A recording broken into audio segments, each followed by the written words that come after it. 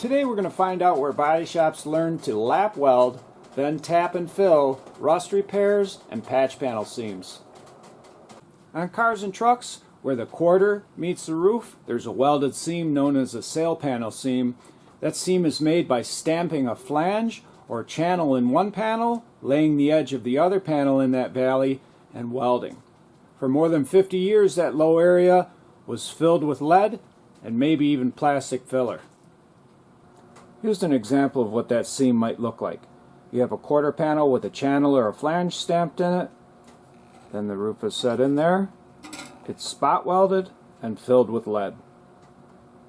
Luckily on this AMC they left us a little window to see that seam. And you can see the channel that was stamped into the quarter, and then the roof and the spot welds.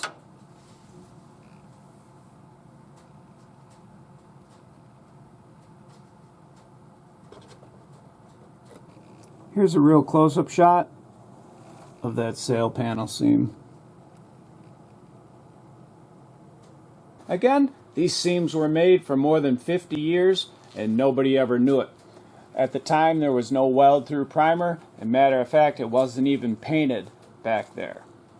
If you look close, you can sort of see the outline of the lead or filler that was used on this seam.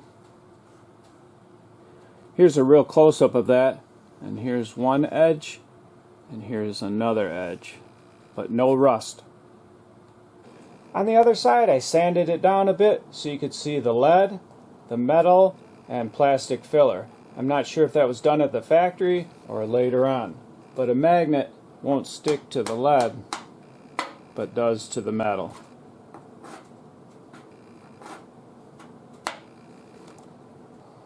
Good body shops copy the factories by lap welding, tapping the seam down, and filling. Remember, lap, tap, and fill.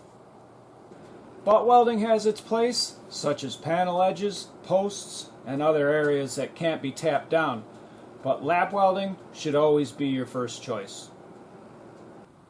I hope this video on sail panel seams convinces you that lap welded seams are forever, if done correctly. If it did help with any doubts you have, and you'd like to get my latest videos, don't forget to hit the subscribe button.